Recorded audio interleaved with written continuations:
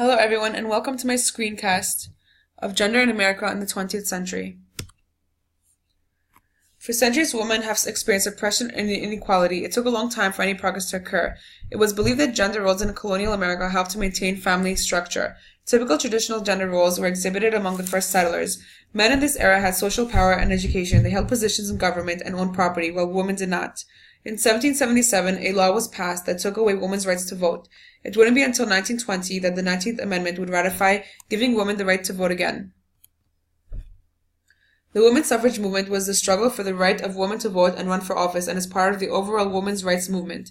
In the mid-19th century, women in several countries, most notably the US and Britain, formed organizations to fight for suffrage. In 1888, the first international women's rights organization was formed, which was named the International Council of Women. Because the International Council of Women was reluctant to focus on suffrage, in 1904 the International Women's Suffrage Alliance was formed by British women's rights activists. In this photograph, we see R.C. Beadle and A.H. Brown of the Men's League for Women's Suffrage of New York receiving the National Women's Suffrage Association banner from Frances Bjorkman in a rooftop ceremony. During the Victorian period, men and women's roles became more and more sharply defined than at any other time in history. In earlier centuries, it had been usual for women to work alongside husbands and brothers in the family business. Living over the shop made it easy for women to help out by serving customers or keeping accounts while also attending to their domestic duties.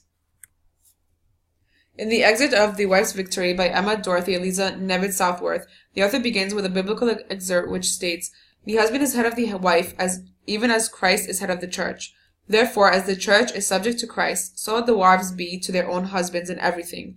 Here the author implies that in a marriage, man has complete power and control over his wife. He has control over what she does, and she must always obey and continue with her duties.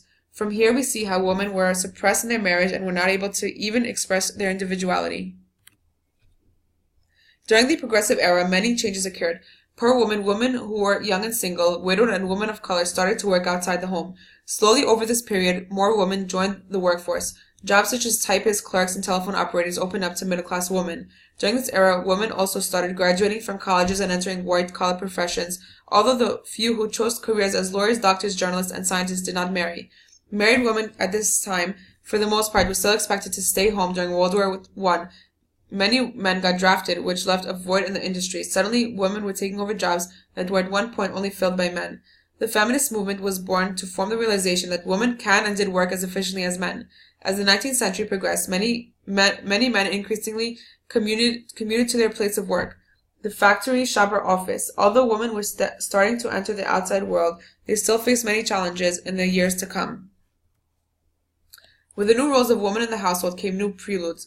Halberstam's in Gender points out how gender identity affected many women at the time, and those that would fall within the category of lesbians, gays, and drag queens were left out of the loop.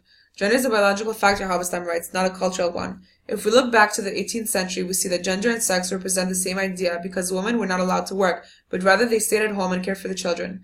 Women were obligated to take on certain responsibilities solely because they were women. Tasks such as raising children and managing household duties were seen as belonging to women in those times. As time went on, we begin to see a new focus on gender, which has enabled new modes of thinking about men and women in society. The 30s brought the Great Depression, where women who had jobs were ridiculed for taking jobs for men. During the 1930s, minimum wages for women were set lower than it was for men who were doing the same job. Jobs that women more frequently took were not covered by the Social Security Act and the Fair Labor Standards Act. However, women were expected to identify themselves as wives and mothers while still working outside of the home. The National Organization for Women formed in 1966. The organization's goal was to get women the same rights and freedoms that men had. This image was taken at the Christopher Street Gay Liberation Parade in 1970. This was a very important event that took place in the fight for gay rights and equality. Despite the widespread fear of police obstruction and public violence, more than 2,000 people made march for gay liberation and acceptance that day. This was extremely brave of Donna and all the other people who participated in the march. Progressively, society made a huge turn in legalizing gay marriage in many states.